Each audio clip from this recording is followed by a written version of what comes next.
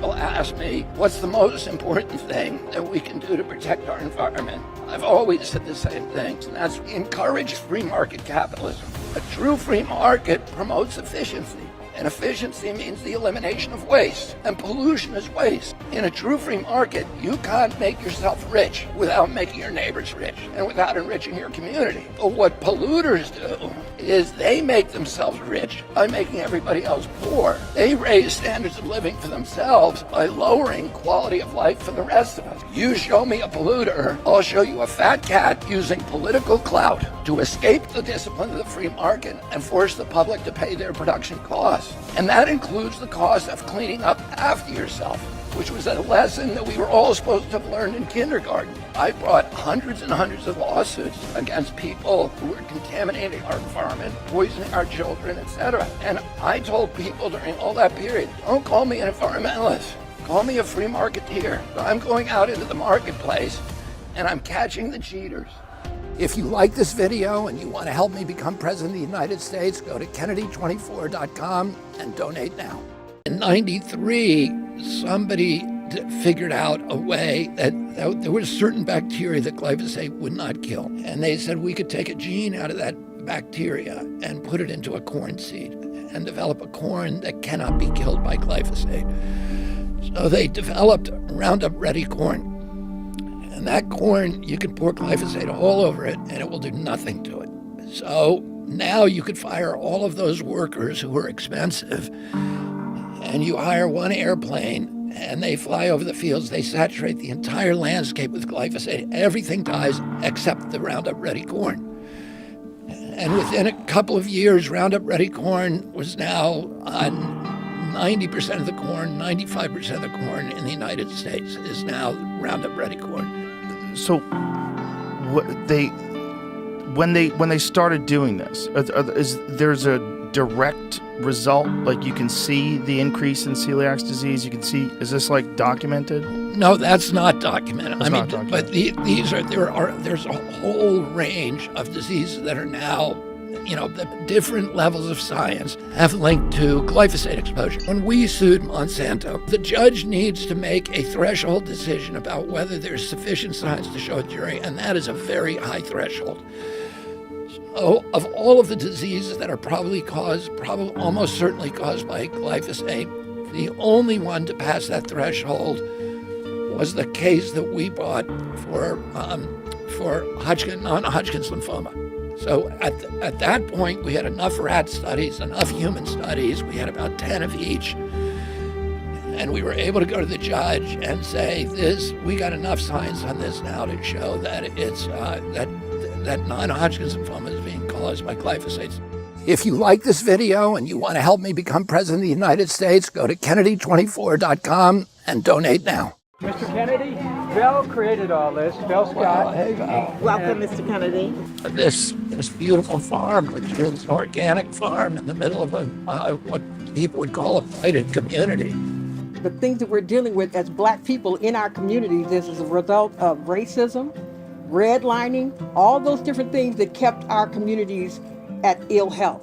The food is sick that our community is getting, because it's coming from big ag. African-American communities are food deserts. You cannot get good food here. You look at what Black kids are eating. They're drinking big gulp Coca-Colas, and they're eating Twinkies and processed foods.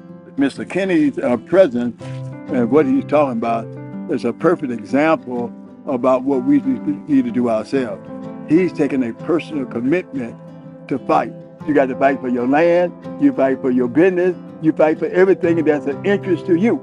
We not only have to give people access to healthy food, but we need to just get rid of all the bad food.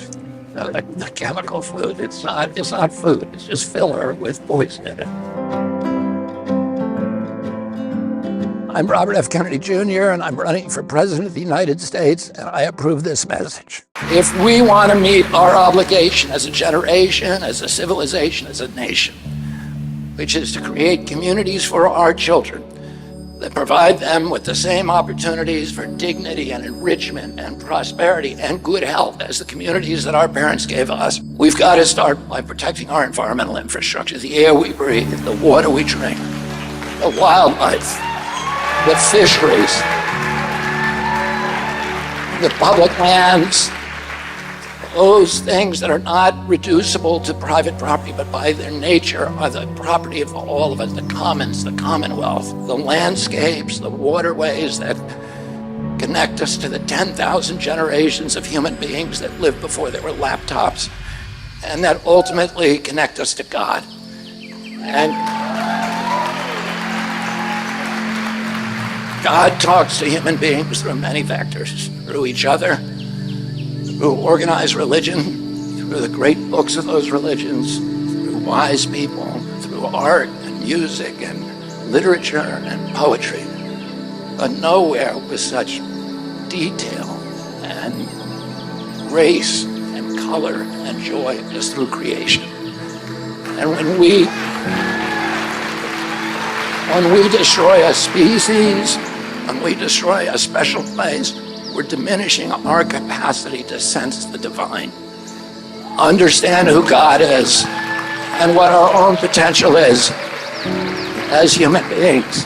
Father Martin once told me that the definition of sin is an injury to another human being or to God, to our relationship with God. And my children are going to grow up in a world where they will never see the kind of explosions of color and butterflies that I saw every time I walked into my garden, because 80 or 90% of the butterflies are gone, the flying insects. They'll never hear the songbirds that I heard. They're not going to see that in their lifetime. They're unaware of it. And it's like God is a tapestry and he's talking to us from all of these different vectors, and we're pulling threads out of that capacity, and it is such a crime against our children. And I think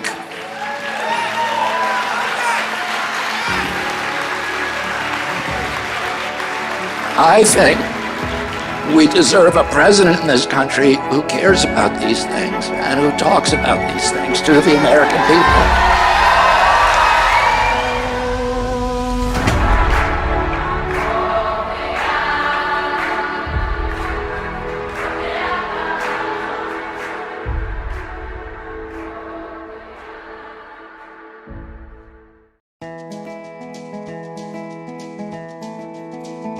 Almost at the top of Hollyhock Trail in the Santa Monica Mountain Wilderness.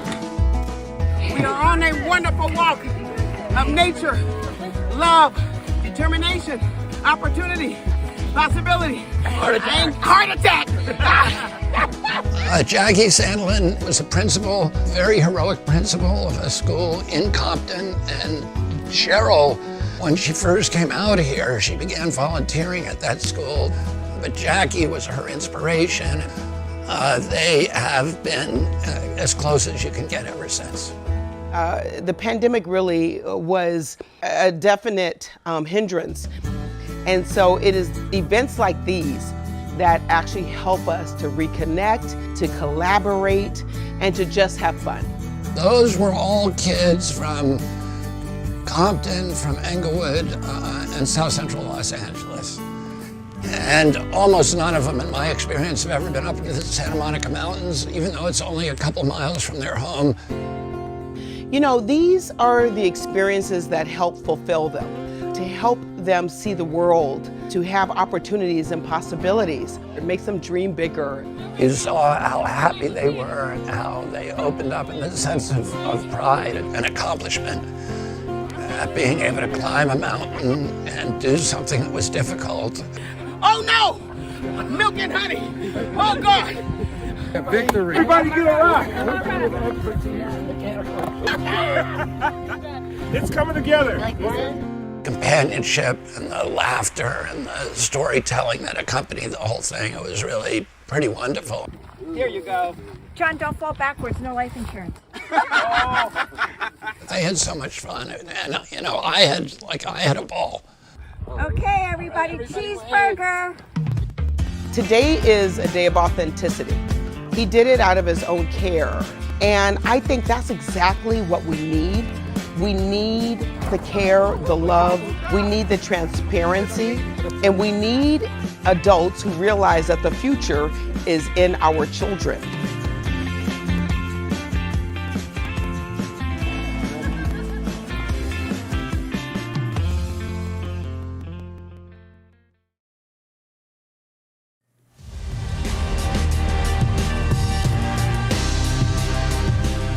Well, several House Democrats have sent a letter to House Select Subcommittee on the Weaponization of the Federal Government Chairman Jim Jordan requesting that he disinvite Robert F. Kennedy Jr. from a Thursday hearing on social media censorship. Kennedy, who's an already scheduled witness, has faced fierce criticism over his comments on bioweapons research and COVID-19. In case somehow you missed the controversy, during a dinner Q&A that was off the record, according to Kennedy, here's what the 2024 hopeful said in his own words. And we need to talk about bioweapons. I know a lot now about bioweapons because I've been doing a book on it for the past 2.5 years, and you know, the technology that we now have to develop these microbes, we've put hundreds of millions of dollars into ethnically targeted microbes. The Chinese have done the same thing. In fact, COVID-19, there's an argument that it is ethnically targeted. COVID-19 attacks certain races disproportionately. The races that are most immune to COVID-19 are because of the structure of the genetic structure, genetic differentials among different races of the receptors. Of the ACE2 receptor. COVID-19 is targeted to attack Caucasians and black people. The people who are most immune are Ashkenazi Jews and Chinese. Now, Democrats led by Representatives Debbie Wasserman Schultz, Dan Goldman, and Judy Chu argue that Kennedy has, quote, repeatedly and recently spread vile and dangerous anti-Semitic and anti-Asian conspiracy theories that tarnish his credibility as a witness and must not be legitimized with his appearance before the U.S. Congress, nor given the platform of an official committee hearing to spread his baseless and discriminatory views. Jordan said on Monday that despite disagreeing with Kennedy, he still plans to have him at the Thursday hearing looking at big tech's collusion with out-of-control government agencies to silence speech. Jordan said, quote, yeah, I totally disagree with what he said, but he's a Democrat. I disagree with other things he said, too. Jordan went on, but we're having him because of censorship. Okay. It is obviously politically auspicious for Democrats to be able to attempt to prevent RFK Jr. from testifying at this hearing by leveraging this most recent controversy. Yes. Whether or not this most recent controversy is being fed by its political utility, in other words, whether or not it's a part of a political creation or it's being the fans he said the thing, but whether the fans are being flamed and the outrage cycle is what it is because of this upcoming hearing, which is politically disadvantageous to Democrats, is something that is going to be on folks' minds. Now, at the end of the day, it doesn't seem like it's going to stop Kennedy from testifying. And moreover, the efforts to silence, to shut him down, to stigmatize him by trotting out his family members. Again, that's been done in the last couple days. His sister came out with a statement saying that she strongly condemns his off-the-record statements. None of that seems to be working. RFK Jr. seems to be well practiced at it. Sure. Perhaps because this has been a strategy against him from the beginning, he seems to be immune, shall I say, to it. Well, and what he's going to testify on is the role the federal government played in pressuring social media sites to take down his speech. So that's what he's talking about. I mean, he's not coming as like a scientific expert to give his knowledge about what scientific research is being done or where COVID came from or who it targets or all that. He's as a witness for something that did happen.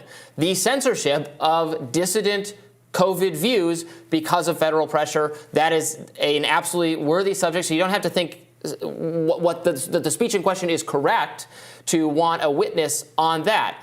I think Democrats are using this moment of what he said that we discussed yesterday to try to delegitimize him, even though he's running as a Democrat. He's maybe that's well, that's also why a perverse incentive. there's not right? supposed to be a primary. Right, they perceive that as a threat to Joe Biden. Yeah. I took particular issue in that there's another part of this letter from these Democrats where they take issue with, they say that he's insinuating that Jewish people are a different race. And they say, this is a quote, "This technique was used by Hitler, claiming that there are biological differences between ethnic or racial groups to portray Jews as a lesser form of humanity, stepping stone to justifying their annihilation."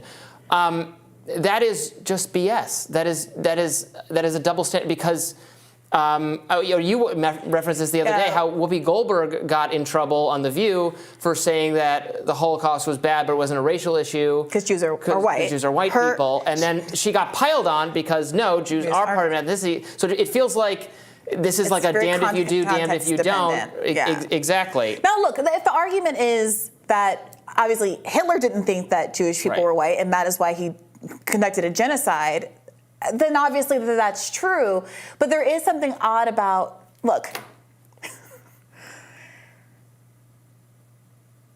the New York Times had to walk back its initial claim that Kennedy did not cite any paper that demonstrated that there were distinct cleavage sites on the cells of Ashkenazi Jews that affected COVID's ability to infect, right? And had to walk that back because he did cite to a paper which did show that, not just about Ashkenazi Jews, but also the Amish and some other groups. It was an early paper. I don't know that it's accurate. I don't know either. He was saying that paper exists, and that's what it said. And what's so frustrating about all these media cycles is instead of just digging into the science, I'm not a scientist, instead of explaining to me why either that article has been debunked, which, you know, they say things like RFK Jr.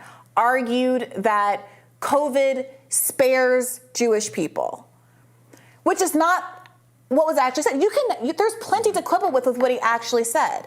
I do think that it's a bit of a leap to say there are bioweapons programs, which the Chinese have accused us of having race-specific bioweapons targets, and we've accused the Chinese of having race-specific bioweapons targets. There seems to be evidence. There have been multiple articles written, reporting done since the 90s, and statements from senior members of government, the secretaries of defense, about the development of ethnic bioweapons. That seems to be a true statement. So if ethnic bioweapons exist, the idea of being able to develop them to target populations that's the goal. I mean, that's the whole goal of a bioweapon. Yeah. So if we're talking about COVID, which has origins in China, the accusation here, and he did not make the accusation that China actually did it, but that there are theories that given that bioweapons research exists, that some people think that COVID could be a part of it. That seems like a bit of a conjecture, but not necessarily the craziest thing to say in an off-the-record conversation. And then the next leap, which is not necessarily connected to it, is there is some evidence that COVID affects some populations more than others, which we all know to be true. Like many other diseases, like many other... Right, because there are ethnic disease patterns. Black people get sickle cell anemia. Ashkenazi Jewish people suffer from Tay-Sachs disease. White people suffer from sickle cell... what is it? Cystic fibrosis. I mean, there's all of these these variations exist, but to acknowledge the variation is now being characterized as doing race science in and of itself. I mean, I do think it's worth being a little bit more cautious about the claims. What appears to be what is likely to be the truth is bad enough that there were substandard safety lab practices. Anthrax has escaped other labs before. Lab accidents kill people. Things are being designed, experimented on that a lot of people, even in the scientific community, have been warning against for forever. That, again, the federal government shut down these kinds of research because they were dangerous. There are a lot of concerns about what was being funded in Wuhan. It involves the U.S. government and the Chinese government. There's a lot of blame to go around. Let's talk about that. I think some of the racially targeted bioweapons no evidence that it was a bioweapon. So let's be careful how we bring these things up. Yeah, and that's what you should be upset about. That RFK Jr. Again, I don't know how upset it is a private conversation. It's not like he took to the debate stage and was trying to make this case. But I think, there is no evidence. I don't know if it was a private conversation. There's a dispute over, whether this was. It was a dinner. It was pretty. It seems clear from the context that this is not something that he was broadcasting as part of his campaign platform or anything. But there are journalists in the room. Sure, but no one's arguing that he's running on COVID as a bioweapon. Like, that's absurd. Like, nobody could plausibly argue that that's something that he wants to be foregrounding. He's been running this campaign for months now, and he's never said that out loud before. So the point of the matter is, I would argue that it is negligent to make accusations about COVID being a bioweapon when there's absolutely no proof of that. There isn't any proof of it, and you shouldn't even imply that that's the case since that's such a weighty allegation.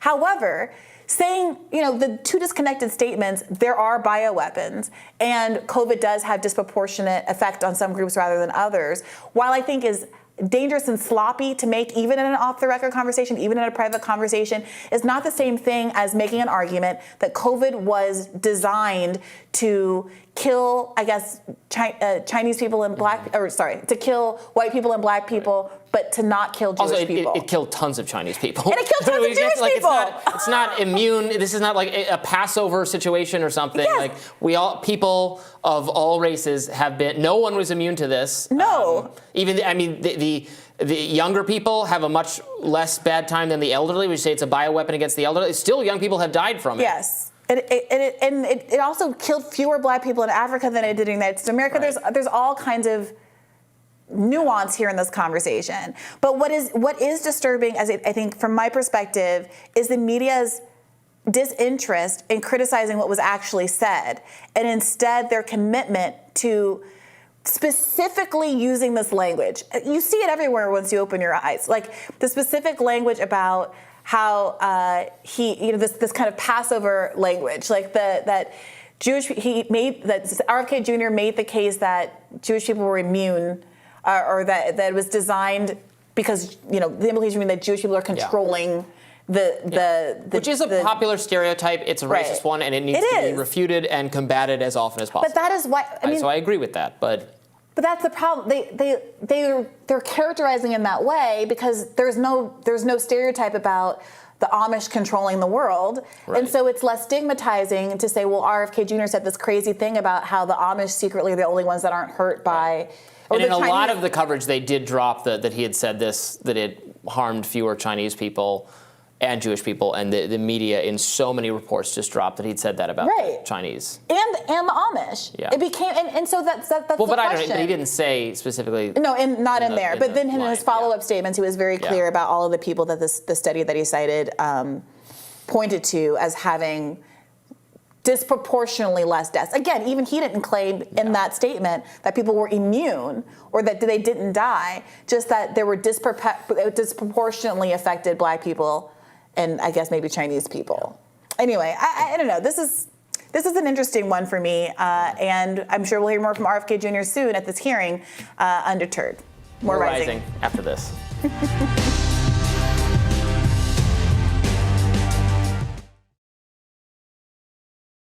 Hi, everyone. I'm in Zagreb, Croatia, where I addressed the Jewish community here in Zagreb over the Sabbath. I was very honored to do so, and especially at the Chabad House of Croatia. The community here was decimated during the Holocaust. 80% of Croatian Jews were murdered, and therefore it was such an honor to see the rebirth of Jewishness. I don't answer the phone on the Sabbath. I saw that my phone was exploding with messages, ding, ding, ding, over the Sabbath. I could not answer it. When Shabbat ended, about an hour ago, obviously I'm in the European time zone, 6 hours ahead of the United States of Eastern Seaboard time, I saw that the reason I was getting these messages is that my good friend Robert Kennedy Jr. was quoted by various publications as allegedly saying that the COVID-19 vaccine was a bioweapon that was engineered to specifically to move away, not target Ashkenazi Jews and African Americans. Ashkenazi Jews and the Chinese. And I saw that Jewish groups started condemning him as an anti-Semite yet again. The ADL, the American Jewish Congress, etc. Now, I know Bobby Kennedy. I know he's not an anti-Semite. I called him up immediately. I reached him. He's on the line with me now. Bobby, let's first and foremost, before we address this controversy, I want to talk about you and the Jewish community. I want to frame this conversation. You and I had a long conversation about Israel. The next day, you came with me and you marched at the Celebrate Israel parade in front of 50,000 people. You carried an Israeli flag that was twice your size. I'm a short guy, it was triple my size. Are you a friend of the Jewish community? Yeah, I don't think, well, I can tell you there's nobody who's running for president right now in either party who will be a better friend to Israel than me as president, and nobody who will articulate the moral case for Israel with the same erudition or the same persuasive power as me, because I believe it in my heart. It's core to the values that I was raised with. My father was a key commitment of my father during his lifetime, to President Kennedy, to my uncle Teddy, who played such a key role in assisting the Soviet Jewry to leave the Soviet Union during the 1980s, to get to the United States and safe harbors in Israel. And that friendship with Israel and making the case, or the moral case for Israel, will be a key part of my presidency. I want to say this. I've watched something very disturbing in the Democratic Party, Rabbi, and in the generation of my children are very well educated, and they went to good universities, and I see now this narrative taking place that portrays Israel as an oppressive nation, and the Palestinians as the impressed indigenous group, and the narrative flows from that this is an apartheid state, etc. There's very, very little truth in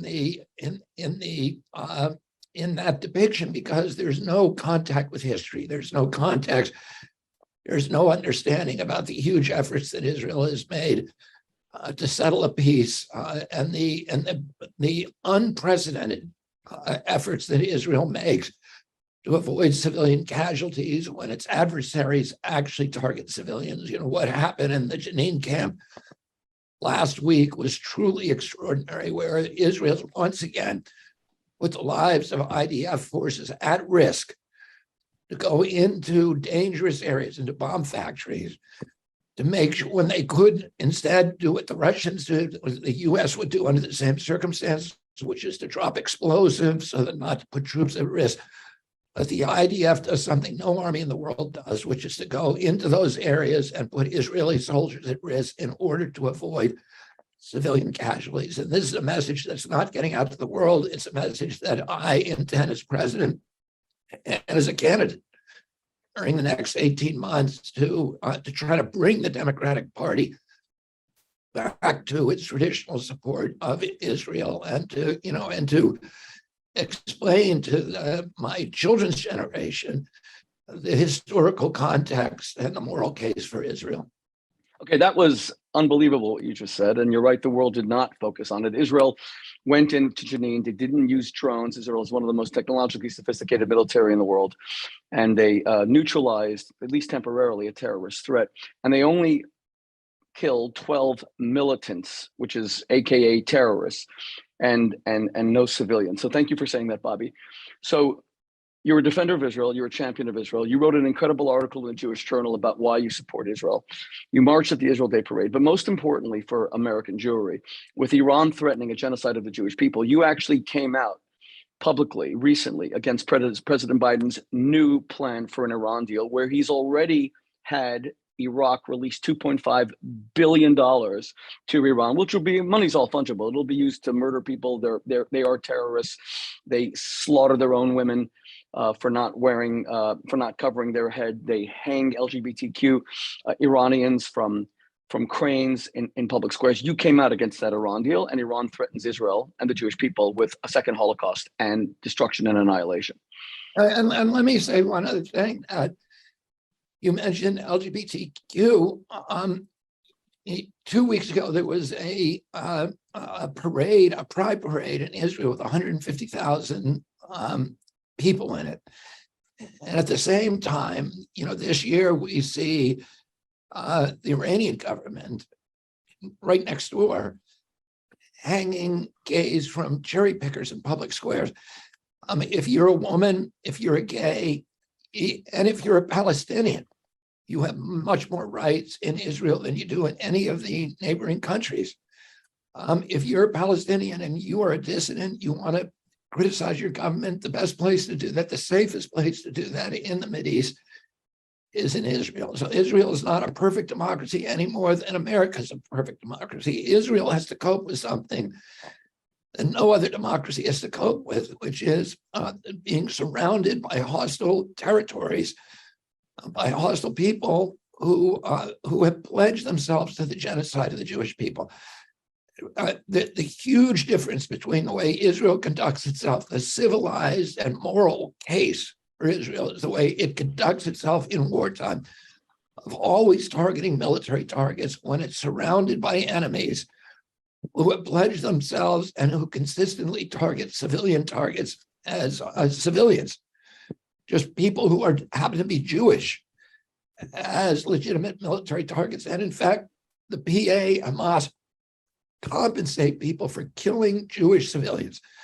And that's something. And yet, despite all of these terrible, terrible security threats, which any other nation would turn any other nation into a totalitarian regime, Israel has steadfastly preserved itself as this oasis of democracy, of compassion, in the midst of a sea of totalitarianism and tyranny. So, that's something, that is a portrait that is true, that is accurate, and that the world needs to know about. Well, those powerful words that you're saying, of course, echo the incredible legacy of your father, who was one of Israel's greatest champions. He was murdered by Sirhan, a Palestinian, because of his support for Israel. Sirhan had a list of leading American personalities, from Bobby Kennedy, Arthur Goldberg, the American ambassador to the UN under Lyndon Johnson, was next on that list, former Supreme Court justice. So we know the price that your family has paid for support for Israel. Let me just move on for a moment. So here you are articulating incredible support for Israel. You're polling at about 20% or higher, 23% in some polls in the Democratic primary. This is a party that has been seen of late. It was once the greatest champions of Israel, like your uncle, who moved away from the Republican policies of President Eisenhower, who kind of was, Dwight David Eisenhower was kind of shocking in that he had witnessed the decimation of Jews in the Second World War. He led so ably, and he actually went to the concentration camps, and he ordered American photographers from the military to take pictures. And yet when it came to Israel, he was barely a supporter. He put phenomenal pressure on Israel in 1956 to withdraw from the Sinai campaign, etc. Your uncle reversed all that. Your uncle began to establish the American relationship with Israel following President Truman. Then you, of course, had your father running in 1968, cut down by an assassin's bullet, a Palestinian gunman. But the Democratic Party, Scoop Jackson, your uncle, Teddy Kennedy, is kind of moving away from that, at least as seen by the American Jewish community. And we have people like Rashida Tlaib, Ilhan Omar. Ilhan Omar just announced that she won't even go to the speech by the President of the United States, by the President of Israel, Isaac Herzog, this coming Tuesday, to a joint session of Congress. Isaac Herzog was the leader of a left of center party for many years. He's seen as a left of center. Of course, he's not partisan as president, but he was always a left of center politician. I know him. He's a very decent man. Ilhan Omar has already announced she's not going. And these are leading lights of the Democratic Party today, Rashida Tlaib, Ilhan Omar, who are openly anti-Semitic. I mean, do you want to address that for a moment, please? And by the way, I know you don't believe, and I don't believe, that criticizing Israel makes somebody anti-Semitic. But I'll tell you what does make you anti-Semitic. If you're criticizing Israel and using a different standard to judge other governments and other people, and that is revealing of something insidious. And unfortunately, the individuals that you talk about do that. They use a different standard for Israel than they do to judge the neighboring countries and to judge almost any country in the world. And so that is not an unbiased view. That is a biased view, and that bias is called bigotry. Bigotry and anti-Semitism. That's an anti-Semitic standard where you judge Israel not just by a different standard, but by an impossible standard, almost as if Israel should never even protect its citizens from 10,000 rockets from Hamas, etc. Okay, thank you, Bobby. Now let's go. So I wanted to frame your words, because when listen, every presidential candidate is going to say something that's misunderstood, or that they're going to regret, or There is no microscope like a presidential candidacy. Your uncle knew that, your father knew that. Your father paid the biggest price for a presidential candidacy. So every candidate has things that they've said in the past that they say now. What bothers me about the attacks, including from my own community on you, is that they're not framed in the context of the phenomenal support you've shown for our people, especially of late. Because you're the only major Democratic candidate, only major Democratic political figure, by the way, who's come out against the new Iran deal, which represents, again, an attempt at genocide of the Jewish people. Iran is a genocidal regime against the state of Israel. So now let's go to this most recent comment. So you're having dinner in New York, and it was supposed to be Chatham House rules, which we know is never obeyed in a presidential campaign. Okay, so be it. Everyone knows you're your vaccine skepticism. It's not one that I share. You and I have had, one of the things I so like and respect about you is that we can disagree and without being disagreeable. You are the only major presidential candidate I know that doesn't ask someone to join a team. You're not asking people, join team candidate, agree with everything that I say, or we can't be friends, we can't. To the contrary, I've never seen you being anything but a gentleman. I've never seen you strike back at your opponents in any low way that is not factual or that is ad hominem. You maintain standards of decorum and dignity that elevates presidential politics, even if people disagree with you. And if even people say Bobby Kennedy is engaging in conspiratorial politics, the point is you never personalize it, etc. So here you are speaking at a dinner, and you say that, I watched the video, that there's a manufacturing of bioweapons going on, and COVID-19, according to a study, I think in the Cleveland Clinic, affected Ashkenazi Jews less and the Chinese less. Now, please. Let me just put it in context. We were talking in the context of the threat of these billions of dollars in bioweapons development that is now going on in the largest countries of the world, particularly the United States, China, and Russia, and the need to regulate that, the need to resuscitate the bioweapons charter, which we signed in 1973, and the Geneva Convention that forbade a lot of that research earlier on. And for a variety of historical reasons, those are no longer complied with by these nations. And because of synthetic biology and genetic manipulation, there's a whole new retinue and generation of bioweapons. Among the worst of those are bioweapons that target ethnicities. And we all know that that is horrifically dangerous because throughout history, certain powerful people have tried to destroy races of certain ethnicities, and these bioweapons will actually give them the power to do that. So they have to be controlled. No other presidential candidate is talking about that. During that discussion, I pointed to the fact that these scientists from the Cleveland Clinic, writing in one of the highest gravitas journals in the world, published a study that showed that certain ethnicities were more susceptible to COVID-19, and certain ethnicities were less susceptible to it. Among the least susceptible were ethnic Chinese. There were also Finns are the least of all people from Finland. And on that list are also Ashkenazi Jews. The most susceptible are the most susceptible were African, people of African descent and Caucasians. This is not a controversial study. Nobody has suggested that these were deliberately engineered changes. And I certainly don't believe that they were deliberately engineered, but what they are is kind of a proof of concept that you can develop bioweapons that will attack certain ethnicities, and this should be terrifying to all of us. And we really need this to be an object of discussion. What was done to me, during this, and I'm not complaining because I don't complain, but it's an interesting phenomenon that I was tarred in a way that we call targeted propaganda. For many, many years, I've been censored on the issues that I want to talk about. This is a new kind of censorship because now everybody has to let me talk because I'm running for president. There's a new kind of censorship called targeted propaganda that is designed to make me look unpalatable, unhinged, crazy, a crank, a conspiracy theorist. And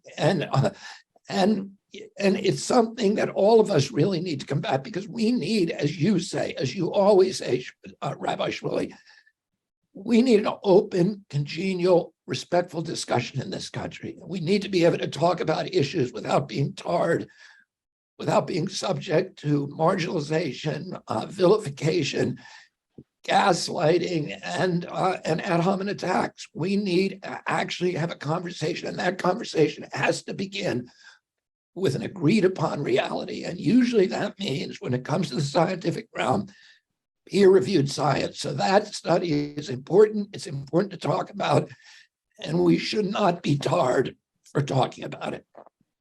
Well, let's just unpack this and take a step back for a moment. First of all, in our first conversation, we met at our home, my home in New York City, for Shabbat. We had a very in-depth conversation. I was very impressed. I didn't know what to expect. You're someone who backs his statements up with a lot of factual knowledge. I started reading your books. I'm amazed that you can write these books without researchers. Your book, American Values, is probably the best. I've read countless histories of the Kennedy family. Who hasn't? It's the best history of the Kennedy family. And your command of of events, facts. I mean, your father died when you were 14 years old, and your memories of him are so vivid. It really left, a lot of it left me in tears. Okay. I told you I'm quintuple vaxxed with the COVID-19 vaccine. And Bobby, I like you very much. I've really come to respect you. I wouldn't be up at 1 o'clock in the morning in Zagreb if that wasn't the case. I think you're a phenomenal friend of my people. I think you're a phenomenal friend of the state of Israel, America's foremost ally. But no matter how much I respect you and like you, if they announce there's another vaccine available for COVID-19, the next installment, I'm going to take it. I believe in the vaccines. I respect your right to totally disagree with them. But there's so much about what you're saying about America that is even more important to me, which is why I've really been interested in what you have to say about empowering the individual, America no longer being corrupted by corporate interests, government control. I mean, the lockdowns, you were completely right about. I mean, the idea that the government, I watched countries like my wife's country, my wife's now American, of course, but Australia just went off the rails.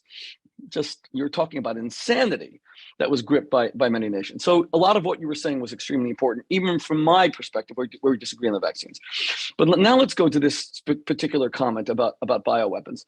Of course, it's important that you bring this up, because there's so much that governments are doing that governments need to be held accountable. Listen, if there weren't a lot of skepticism about the integrity of governments, your candidacy would not be polling at a quarter of the Democratic Party. If there wasn't a lot of skepticism about the actions of governments, then we wouldn't see every other series on Netflix and Amazon Prime basically saying that the CIA is corrupt and the FBI is corrupt. And most Americans today would kind of, on both sides of the aisle, would kind of question, the FBI in particular. Okay, so we know that that's going on. Your father spoke a lot about the corruption in oral histories that were only published after his death. Your father spoke a lot about the corruption of J. Edgar Hoover at the time. The African American community especially knows about the corruption of the FBI at the time, and perhaps since. But the Ashkenazi Jewish community was decimated by COVID, Bobby. I know it was decimated. I'm half Ashkenazi, I'm half Sephardi. I'm Ashkefardi. My father is an Iranian Jew. My mother is Lithuanian Polish Jew. And so I guess I'm half hit by the COVID vaccine, half not hit. But in all seriousness, the Hasidic communities of New York City were pulverized by COVID. So it doesn't even seem that this is true, that Ashkenazi Jews were more immune. I know so many Ashkenazi Jews who died during COVID. My brother almost died during COVID. He was in the ICU at Mount Sinai Hospital in Miami. So this just doesn't seem to be borne out by fact, certainly by empirical fact. Well, you may be right. And I have a lot of friends who are Ashkenazi Jews who were devastated personally by COVID. So you may be right. All I'm doing, I'm not, vouching for whether that science bears up one way or another. And there may be many, many other factors. What this study shows is that the docking port, which is called the Fern Cleave site, is more compatible with docking with the ACE2 receptors in the lungs of Black people and Caucasians than it is other races, and it is least compatible among them with ethnic Chinese. And that's all. But whether there's other factors that may make those populations more vulnerable, I don't know, and I can't explain. All I know, this is a peer-reviewed study by prominent scientists, the most prominent scientists in America, in one of the top 10 high gravitas journals in the country, and it's worth referring to. You can argue about it. That's the whole point. And I think all the— And you said it was published where? It's published in BMC Medical, which is ranked as one of the top 10 most important journals in America, along with BMJ, the New England Journal of Medicine, the Lancet, etc., and JAMA. Okay. But I know for a fact that in New York City, there were actual reports from the departments of health that life expectancy among Ashkenazi Jews during COVID actually went down for the first time in American history because of how decimated they were being by COVID-19. Okay, so maybe there's several, but so let me explain. Why did the Jewish community take such umbrage? Remember, I'm just finding out about this right now. I'm Sabbath observant.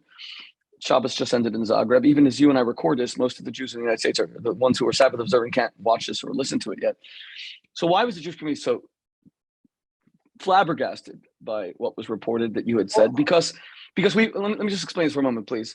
Because we've been, of course, falsely accused throughout history of poisoning the wells of Europe and creating the Black Death. Here I am in Europe talking about this. The Black Death took at least 1/3 of all of Europe's population. The Jews died at the same rate as everybody else. But Christian anti-Semites, other anti-Semites came along and said the Jews are poisoning the wells. We were drinking the same water. So, and by the way, how many Jews were there in Europe to poison all the wells of Europe? The Black Death was the greatest plague, probably, known to humankind. So when we hear about Bobby, in light of the growth of anti-Semitism throughout the world in general, and the United States in particular, where we Jews faced a lot of anti-Semitism in American history. We faced it, from legacy universities where there were quotas from, all these clubs that didn't let us in, but we never really experienced the kind of overt attacks that our African-American brothers and sisters experience. We were never enslaved, which is the great American abomination of American history, the enslavement of our Black brothers and sisters. Jim Crow, which your uncle and your father especially fought against as the Attorney General. But what we were accused of throughout European history is trying to kill other people, using diseases, and this is very insidious. So when you said this, I think you may not be fully aware of how this strikes such a terrifying chord among us Jews, that we would be falsely accused of helping, or that your words could be misconstrued as the Jews participated in some effort to create a bioweapon that would affect Blacks and not Jews. That's how this was being seen by people. So you should address that, please. Well, yeah, and I understand that. I understand the history of blood libel. I also understand that there were Jews lynched in this country. Leo Frank is one of them, I think, in Alabama. Goodman, Schwerner, and Cheney were. Of course, well said. You're well said. And Schwerner is buried in New York City. We actually did a prayer vigil at his grave once. Yes, they were murdered by the Klan for promoting Black voting rights, 1964, Mississippi. Yeah, Mississippi, and so they did bear the ultimate price in this country. And I understand the history of the blood libel, and I understand that history. So I can see why this could be twisted and perverted by people who want to silence me in order to make people of Jewish descent or Jews concerned about my sanity and my my thinking. So, but I think that's what we're dealing with. We're dealing, what I said. Anybody who heard, and you can go listen to the tape of what I said, I don't think anybody would find it offensive or the least bit threatening. But the way it was twisted initially by the New York Post and then picked up by the rest of the legacy media completely changed the context and distorted my words and distorted the meaning and applied meaning what I said that I never intended, and that, I would have never said in my life, I would have never said anything like that. We're going to start wrapping this up. Look, Bobby, I wanted to do this video. I called you right when Shabbat ended here in Zagreb. As usual, you took my call. Thank you very much. You're running to be president. It's busy. I told you that two things bother me about the reports I had read about what you had said at that dinner on the Upper East Side. I said, number one, again, this perception that you're anti-Semitic. I know you're not. In fact, I know precisely the opposite is true. I know that you are, that you, in your heart, you feel a great closeness to the Jewish people, to the Jewish community, and to Israel. And the second thing that bothered me is that you're being portrayed as you said before, a crank, as a Looney Tune. I've read your books. People who don't like your policies, and I want to be clear, I disagree with you on many things. I disagree with you on Ukraine. I disagree with you on the vaccines. I took my young children to be vaccinated as soon as people under whatever it was, 16 were allowed to be vaccinated. We disagree on many things, but you're brilliant. You know your facts. You write brilliant books. You're a compelling writer. I love that you're devoted to your friends and your family. You and I disagreed sharply on the legacy of your grandfather, Joseph Kennedy Sr., who many in the Jewish community, including myself, do and did perceive to be anti-Semitic. You explained to me the case for Joseph Kennedy, your grandfather. I liked that you were standing up for your grandfather, even if we disagreed on the facts. But then you said something to me that was very compelling. You basically said, Shmuley, you can dislike Joseph Kennedy, Ambassador Joseph Kennedy, but when a man has 9 children and virtually all of them live lives that are dedicated to the public good, your Aunt Eunice, who started the Special Olympics, which is, wow, one of the most moving things. Your uncle, who was murdered as president of the United States, your father, who's one of the greatest Americans that ever lived. Truly, I've always loved the memory of Bobby Kennedy, well before you and I met. Devoured every speech he's given, read everything about him. Bobby Kennedy was one of the great Americans who've ever lived. You said to me, when a man has children who devote themselves to the public good, not just to making money, then there must have been good in him and how he raised them. Well, that's a very compelling argument. You know how to do that. You know how to take even controversial things about your family, the most famous political dynasty in American history, and present it in a way where you get people to think twice. I really believe that it's time that you did that with yourself as well, because I knew your daughter Kik, didn't really know you. You and I had met at a dinner, but then you wrote this thing praising Roger Waters. Roger Waters is a dyed-in-the-wool anti-Semite, and it upset me, and I attacked you for it online.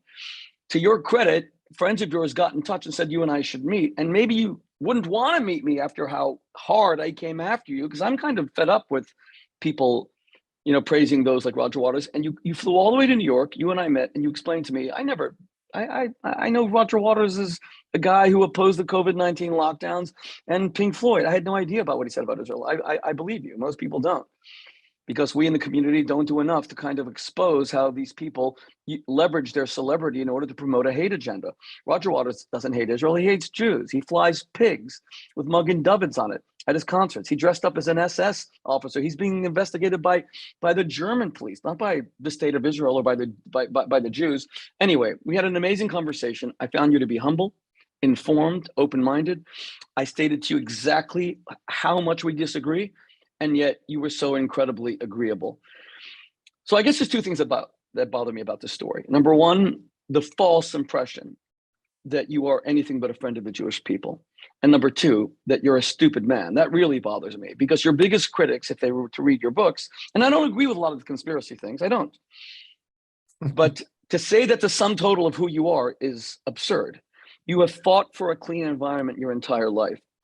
We live near the Hudson River. I love rivers. I can't believe that in the summer when it's super hot, I can't go out on a kayak on the Hudson. You got it cleaned up. You fought for a world, and you've transcended climate as a political football. You just cared that the world that we live in should not be exploited by these greedy special interests. And those who don't know you don't realize that that's why you have such a strong following. I don't know if the vaccines cause autism. the scientists, majority, I think, say it doesn't, and I kind of follow their lead. But I will tell you, I've met a lot of your supporters who have autistic children who explain to me the reason we support Bobby is that he at least has presented a different perspective, which has been heard. And what I want to see most in the United States right now is candidacies that allow people to come together amidst serious disagreement. I don't want to have to choose between the conservative position and the liberal position. You are building bridges that allow people who disagree with you to come under that umbrella. I respect that, and that's why we're having this conversation. And I want to state that emphatically. I am sick and tired of being told, Shmuley, if you're not fully on board on Trump train, get the hell off. Shmuley, if you're not fully on board with Biden train, get the hell off. I have a brain, and I don't think that a brain is a political liability. I believe that I can listen to Bobby Kennedy and make my own decisions. People can watch this interview and see if Bobby Kennedy said something anti-Semitic the other night, or if he said something that was cited from a journal and he explained it, and you'll make that decision. But that's why I respect our friendship, and that's why I respect you, that you would jump on a Zoom call like this 15 minutes after this story broke, right after Shabbat is over, to have this conversation with me. There was no planning in this conversation. I didn't tell you what I was going to ask you. And I respect your right to address it. And I thank you very much for being a friend of the community and for standing up strong for Israel. And I hope that you'll continue that, Bobby, because we cannot watch the Democratic Party abandon Israel. Israel is not, as I said to you, just the eternal home of the Jewish people. Israel is the great Arab hope. We want our Arab brothers and sisters, our Palestinian brothers and sisters to have Israeli-style freedoms, right to congregate, freedom of conscience, freedom of worship, freedom of complete sexual orientation, expression, et cetera, et cetera. So if you want to just comment on that, then we can close up, and I'm very grateful. I have nothing to say but agreeing with you. Like I say, I say anybody who sees the history of Israel knows, who understands what really happened, that Israel has done everything that it possibly can to bring peace to that region. To bring peace and justice to the Palestinian people who live in Israel and along its borders, and is an absolute oasis of freedom, as you say, religious freedom. There's no place else in the Mideast that has religious freedom. Which you do. You Palestinians serve in government. They serve on the Supreme Court in Israel. What other country in the Mideast can you say that a Jew would serve on the Supreme Court? It doesn't exist. And we need to start telling the truth about Israel. We need to tell it to our children, and we need to bring the Democratic Party back to its tradition of being the supporter of Israel, the supporter of freedom, the supporter of democracy. And that's what I intend to do as president. And I'm so grateful for your friendship, Rabbi Shmuley, and I will see you when you get back to the United States.